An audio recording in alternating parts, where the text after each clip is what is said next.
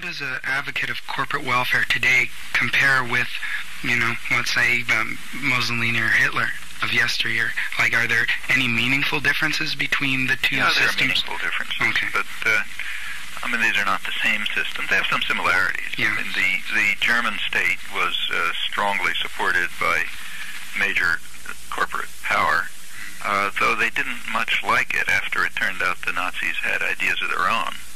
And in fact, big American corporate power isn't so happy about a lot of the things happening now either. They're not happy about there is a strain in the Gingrich army, which is sort of right-wing populist, but that means they're also against big business. And they are against handouts to big corporations. And the big corporations, of course, don't like that. They also don't like the fanaticism. The Christian fundamentalism is something that scares them a lot. The corporate executives are mostly what are called liberals, kind of cultural liberals, like they're militantly pro-abortion. They don't want their kids to be forced to repeat prayers in schools. They don't like guys running around with assault rifles and so on. And insofar as that's a segment of the Gingrich constituency, they're very unhappy about it. Gingrich himself is they like a big business. Fortune magazine's run a couple of polls on this, and they love what Gingrich is up to. Because he's just pouring money into their pockets. On the other hand, they don't like him, and they're worried about the people around him. And that's somewhat reminiscent of the attitudes of big business towards the Nazis in the late 30s, but these are different systems. You don't want to draw the lines too tight.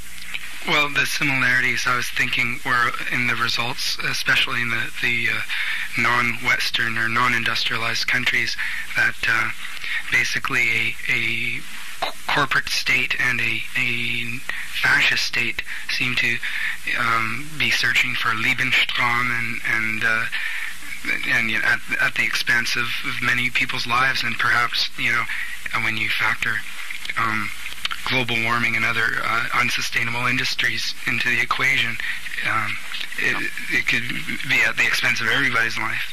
Yeah, but these are the interests of private power. Yeah. It's kind of independent of system.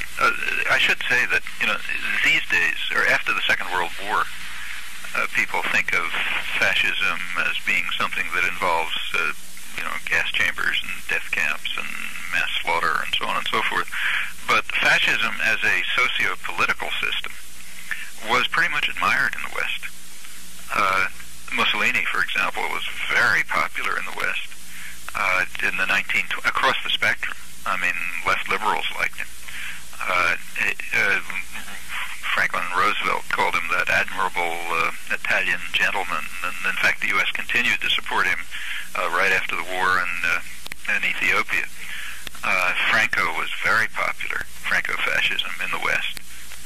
In fact, he even won years later, even way after the war. He was being praised by Eisenhower and the Kennedy administration and so on for the wonderful things he did. He was a straight fascist. Hitler Germany was very popular up until at least around 37 or so.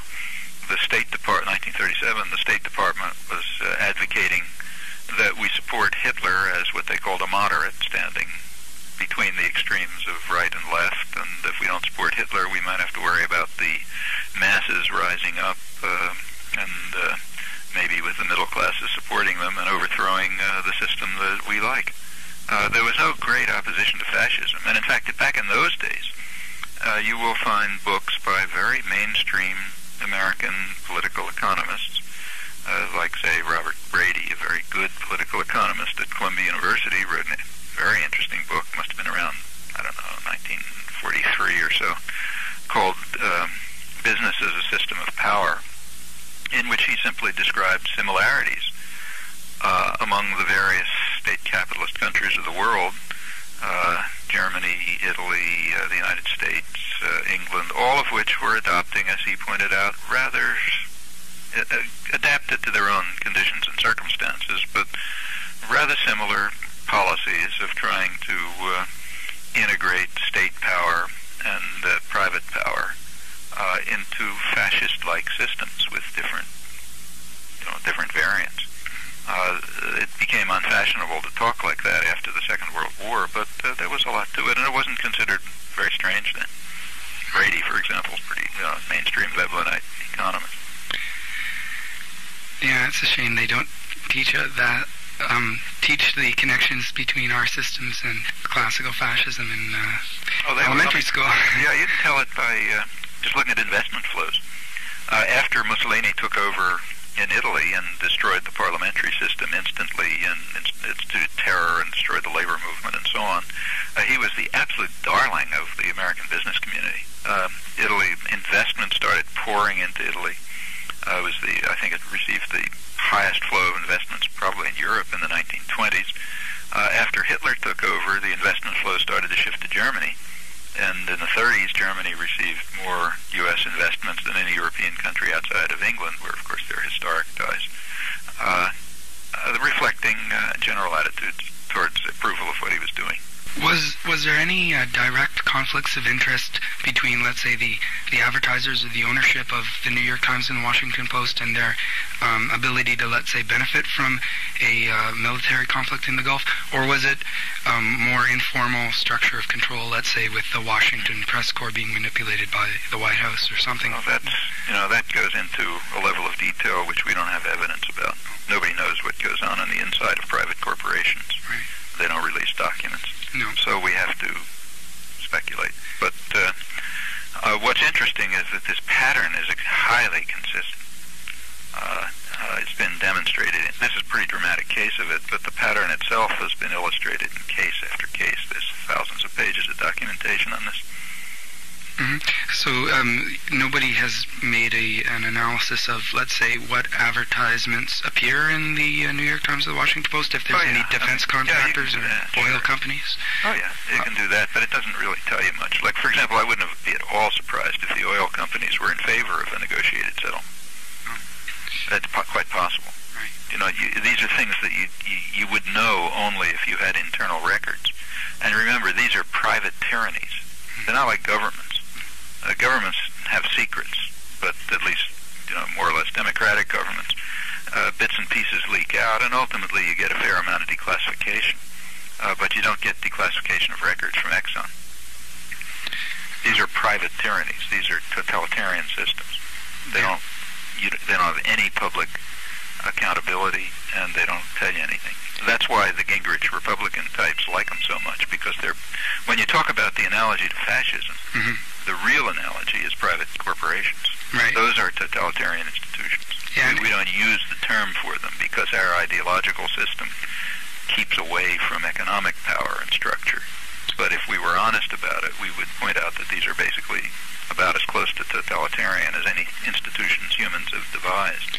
Right. Actually, if you look at their history, they came out of the same background as political fascism. The modern corporations were given their extraordinary rights and powers not that long ago. It's early in this century, and mostly by courts and lawyers, not legislation. And the thinking behind it, the intellectual background, is rather similar to what led to Bolshevism and fascism. And they're very similar in form. Totalitarian institutions unaccountable to the public, and very hierarchic and authoritarian in their internal structure. So you would say that whereas some governments are semi-top-down with a little bit of feedback available, classical fascism and corporations share a completely top-down decision-making structure, and in that way they're similar? Yeah, completely is too strong even for fascism, but very much so. Yeah. I mean, very much in that direction. Take, say, a corporation. Power is vested ultimately in the owners and investors. Control is done by the CEO and the board of directors. If the investors don't like it, they kick them out. The rest of the structure is very strictly top-down. If you're somewhere inside that system, say a junior manager, you get orders from above and you hand them on down below. And at the bottom, there are people who rent themselves to the place called workers. They don't have anything to say. Now, there's a little bit of feedback and interchange, but that was true even in Stalinist Russia. These are about as close to totalitarian as any institutions we know, and they're not small. By now, the top 500 corporations, Fortune 500, control about almost two-thirds of American gross domestic product and a very big piece of the world economy. So you're in favor of using the term totalitarian to describe corporations. What about the F word? Could you effectively, or could you make an argument to say that they're really, to say there's little or no difference? I don't like to use the word fascist just because of its connotations. Mm-hmm. See, if we could go back to, say, the early 1940 and describe fascism as a socioeconomic and political system, okay, then it would be a system you could describe. But by now, fascism has it brings images of gas chambers and death camps and mass murder and so on. And of course, that's not true of these other institutions. I mean, maybe true of them, but it's not specifically true of these other institutions. So it's just kind of bringing the wrong imagery along with it. And it's become a kind of a word of abuse rather than a descriptive term. So